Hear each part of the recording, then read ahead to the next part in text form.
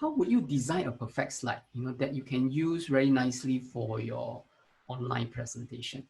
Okay. I'm going to take two examples from the keynote conference that I attended before, just to show you what was used there. So here is one of the slides, 97% availability in the United States. Okay, so this is a nice slide, very clean and nice, just one number. Okay, but we can make it better.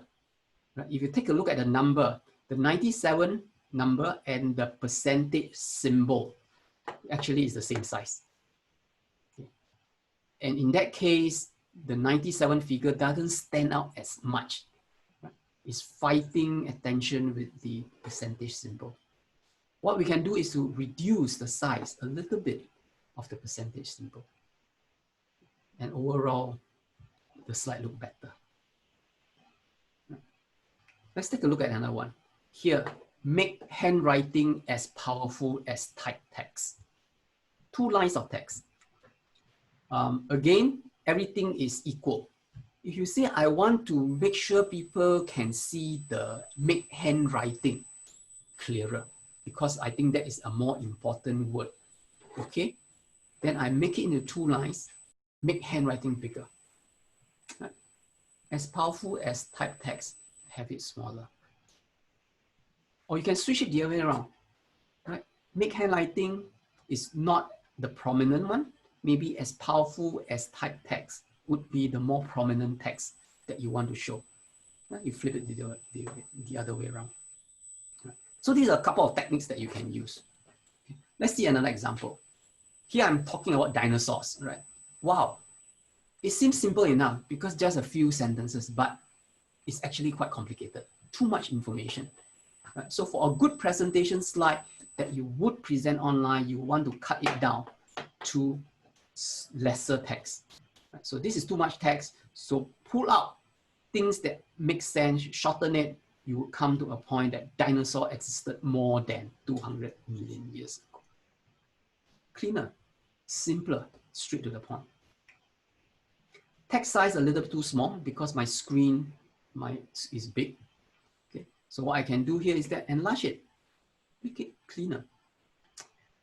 What happens if I want to put a picture of a dinosaur? Well, I would make space, so move the text up so that I can have a space to put the picture of the dinosaur. Picture too small, right? Not so, there's no impact. Let's make it bigger, right? So I'm going to make the picture bigger. And then as I take a look at it, I would say that,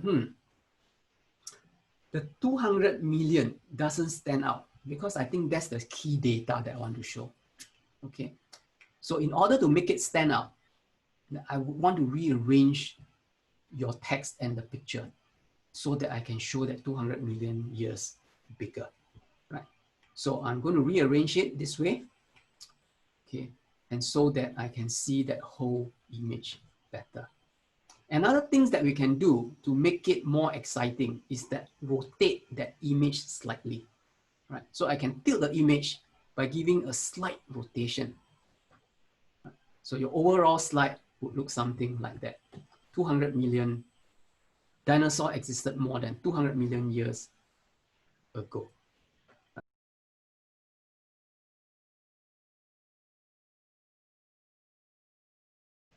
Okay, there we go. See, I'm very small at the corner.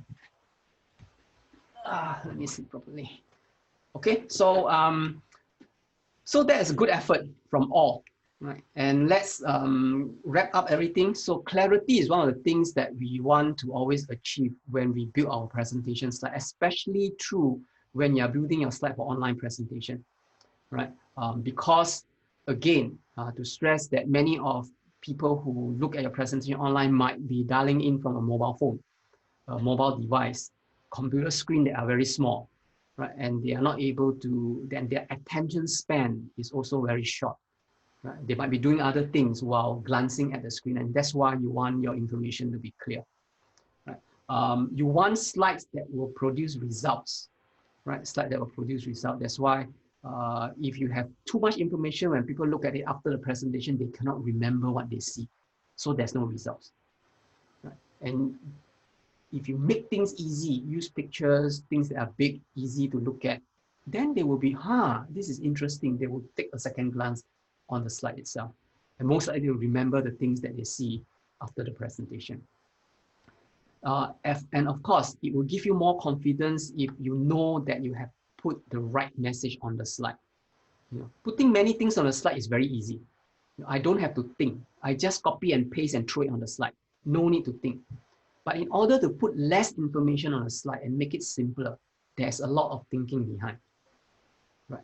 You got to make sure that you select the right message. You got to make sure that whatever you throw away is actually what you don't want and things. And that's why after going through all that, you have already internalized the message, and you will have confidence in preparing and building your own slides, and presenting the slides that you have done online.